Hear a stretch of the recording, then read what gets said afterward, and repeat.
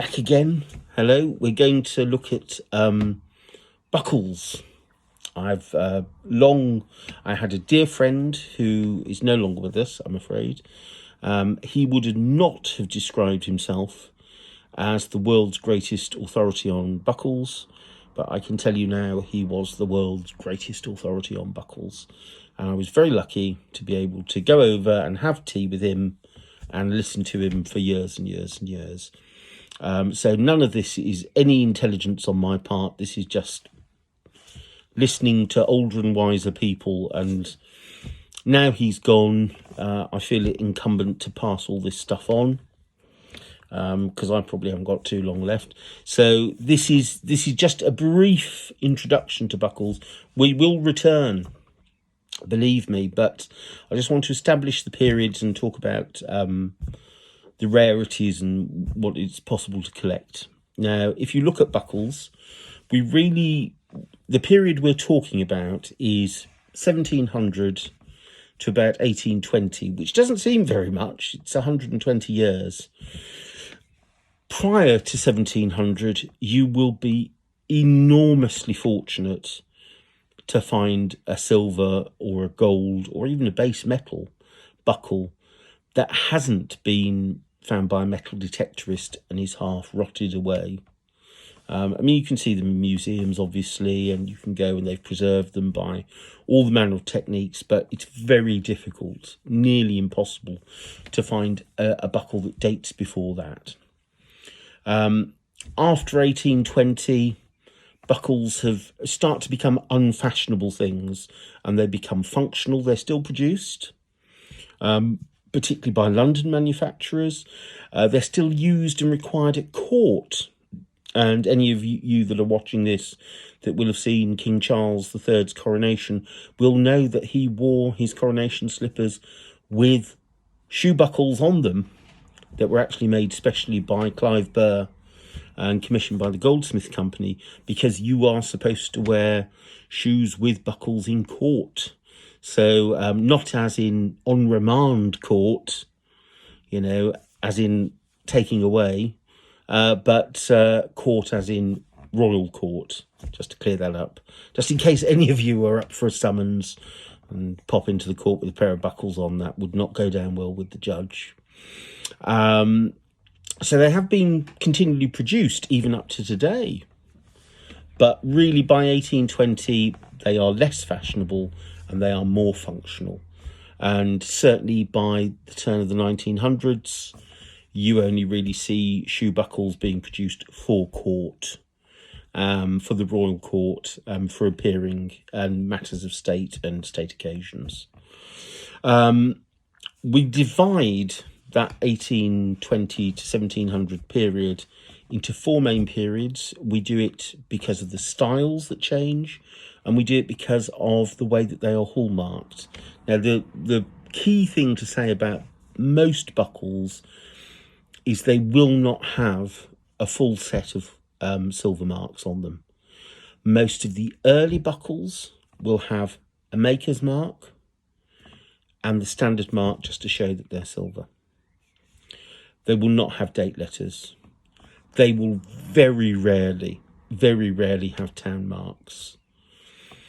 When you get into the 1780s, 1784, when the duty, it is on about duty again, yes, when the duty mark comes in, then you start to get the maker's mark, the standard mark and the duty mark. And then occasionally, particularly if the buckles are larger, the date letter will start to creep in as well. But it does mean that it's very difficult to date buckles. So very rarely do they ever have a date letter on them, particularly from the earlier period. So we have to look at them in terms of the style of mark. Now, from 1700 to 1720, we're in the Britannia period, where up until recently we thought only ever Britannia standard silver was assayed, but that's now turned ever so slightly for smaller and exempted objects on its head. But let's not worry about that. Let's just say, for purposes today, that from 1700 to 1720 you will have a Britannia mark on a buckle. rather than a lion passant, and the Britannia mark is the leopard's head erased. And I will show you an example of that in a moment. But more importantly, you will have that Britannia style of maker's mark, which is the first two initials of the surname. And that is more reliable. So if you see that, particularly with the Britannia mark, you're 1700 to 1720. After 1720, up to about 1739, you will have a normal lion passant on a pair of buckles or a single buckle. In 1739, usefully, from 1739 to 1755, the style of lion passant goes from a plain rectangle and it becomes engrailed. It goes in at the sides and it has indentations at the bottom. So when you see that particular lion passant, you can say, right, this buckle is from this 16-year period between 1739 and 1755. And that also coincides, purely coincidentally, it wasn't deliberate in any way, with a change in style of buckle. So we go from one style of buckle to another. After 1755, up to 1784, again, you've just got a maker's mark and you've got a little standard mark, again in a rectangle, often with a tiny little pip at the bottom of it, but not always, because the marks are always struck in slightly different orientations. And after 1784, you get the duty mark, first in cuse, so you can date a pair of buckles from 1784 to 1786, and then a cameo punch, so from 1786 onwards, and then there are variations in the duty mark. It has cusps, and you can date them more accurately from that. But also in this later period, they do start to have, some of the larger ones do start to have date letters struck into them as well. So that helps us along the way. Now, if you're thinking of collecting, it is really buckles from the later part of the 18th century that you're going to see. They aren't common. They were fashionable items. They're also quite useless when you stop using them. So people got rid of them, they melted them down. When we had the bunker hunt, price rise in silver, in the late 70s, a dear old tutor of mine at college who worked at a jeweller's said that in the jewellers, they specifically rigged up a wooden block with a cutout so they could, and this is distressing, I know, so they could knock the metal centres. This is a typical Georgian late 18th century buckle. So they could knock this bit out with a hammer as people were bringing them in, so they could weigh the frames. And you have to realise it's one jeweller. This was one jeweller's in the south of England, and they were having so many of these brought into them to be melted down that they rigged up a specific block to knock that bit of metal out, which is quite frightening. But this has happened, and it's happened 2 or 3 occasions. So what we're left with are all rarities, but some are rarer than others. This pair, really good example of the sort of thing that you'll find, and that are available from distinguished silver dealers and even indistinguishable ones. These were made in Birmingham, and Birmingham was a huge centre for the production of buttons and buckles. It was one of their key industrial products in all manner of metals, not just silver. And these are by Samuel Pemberton, and they were made in 1781, which is fairly early for a pair of Birmingham buckles, assayed ones. The nice thing is the condition. They're in lovely condition. Very simple, you see. Just, a rectangle of metal with a slightly thicker. You'll always get this on the earlier ones. Do be aware that when people copy buckles, particularly in either in paste or in gilt metal, this section here on an original buckle is solid. It's a solid, thicker piece of metal. You see, under there, it's been added to a thin silver frame. They have soldered a thick piece of metal on, and it goes like a lump.